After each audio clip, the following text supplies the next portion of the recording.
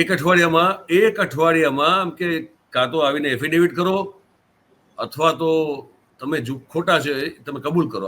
આવો કયા બંધારણના નિયમ હેઠળ આ વાત કરી રહ્યા ભાઈ? પહેલી વાત. બીજી વાત, જ્ઞાનેશ કુમાર એમ કે અમે જે આપેલી છે એમાં ચેડા કરેલા છે, તો ભલામણ એફિડેવિટ તો તમારે કરવું જોઈએ.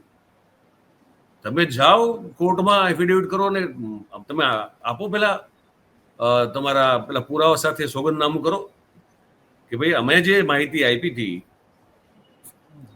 કોંગ્રેસને એને માલ ફંક્શન કર્યું છે.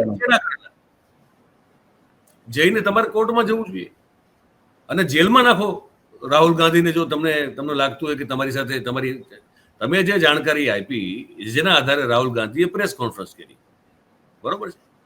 હવે તમે એમ કહેતા હો કે રાહુલ ગાંધી અને એની ટીમે તમે આપેલી જાણકારી એટલે કે ચૂંટણી પંચે આપેલી જાણકારીમાં ચેડા કરેલા છે, તો ભલા માણસ આ તો બહુ મોટો ગુનો છે.